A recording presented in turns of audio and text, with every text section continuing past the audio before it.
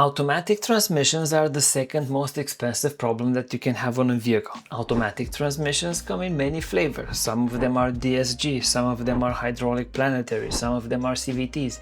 And although different in constructions, there are some common things that can make a big difference to the lifespan of these complex components. This translates to, if you follow some simple rules, you reduce the chances of having to pay expensive repairs. Hello everyone, I am Bogdan. I help people upgrade their cars, and this allows me to work on vehicles with a lot more power than they should have, and with people that are actually making use of that power. I know not everybody is driving a performance vehicle, but the lessons learned on those modified vehicles apply to all of us. So, in order of potential for destruction, at my number one, don't do it on an automatic, we have don't do any monkey business. Here I'm thinking of the infamous parking gauge when the vehicle is moving, trying to go from drive to reverse like James Bond does, or trying to launch the vehicle by holding the brake pedal and accelerating at the same time. I know you have thought about doing it. While modern vehicles have all sorts of systems to protect against doing those things, sometimes we the humans find ways of bypassing those ones, and should we induce some breakage or should we induce some problems to a gearbox, because the unit is sealed, it has lots of sensors, a diagnostic code will be triggered and the gearbox might stop working, which requires a very expensive repair at the end of the day. We move on to the next thing that we should avoid. Do not race your car. I know it's a sad thing to say that, but don't panic just yet. Do not race your car when the vehicle is cold. This bit of knowledge or this bit of information might be familiar because many of you know that you shouldn't race your car when the engine is cold. Oil lubrication is not happening. All of those moving parts need to expand and reach their right tolerances.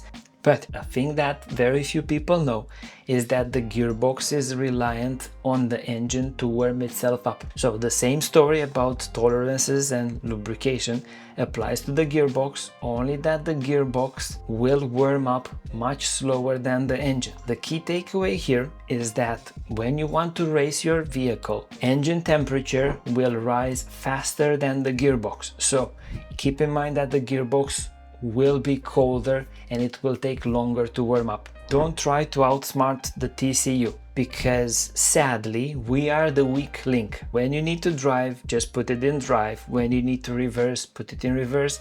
When you need to idle, put it in idle or put it in neutral. And when you need to go fast, use the sport option. There is no major benefit of using all sorts of combination at the stoplights, putting it in neutral, or all sorts of other crazy variations that we find online. Even when you're trying to go fast, keep in mind that the engineers have optimized all the shifting points for the vehicle to be as fast as possible, and in 95% of the cases, we the humans are the weak link and the car is able to perform better than us.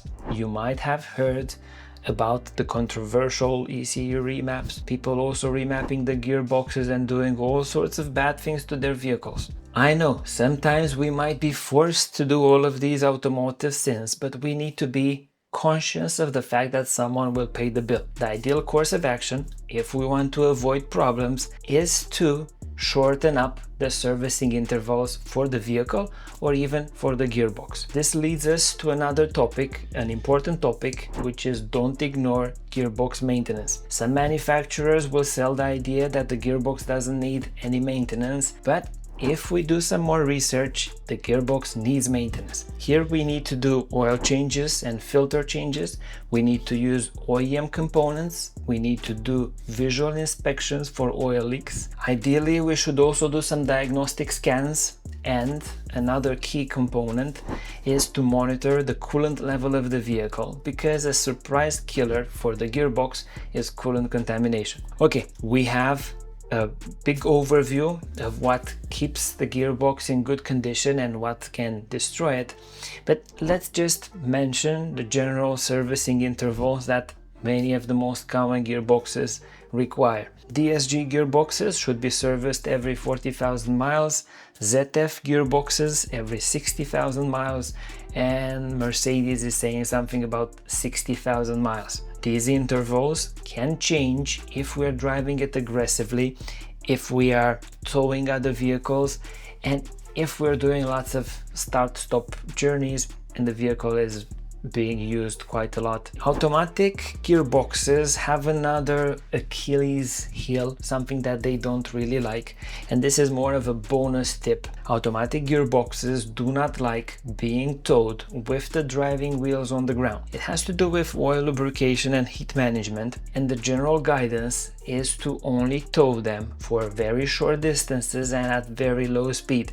This means 10 to 30 kilometers per hour, and the ideal course of action would be to place the vehicle on a flatbed and tow it like that. Also to know, on the vehicles that are newer and for which the parking disconnect is electronically controlled, should you tow the vehicle and should the system re-engage automatically that parking position, there is potential for a lot of damage to the gearbox. Now, what did I miss? Let me know in the comments below. Maybe you know something else that should be avoided on an automatic transmission vehicle. I'll be using your comments to influence future videos to come to the channel. Now, if you want to see something regarding DPF problems, this video over here might be very useful. If you want to look at diagnostic tools that give you some insight of what is happening in your gearbox, this video also might be helpful. In the meantime, thank you for watching and hopefully see you in the next one.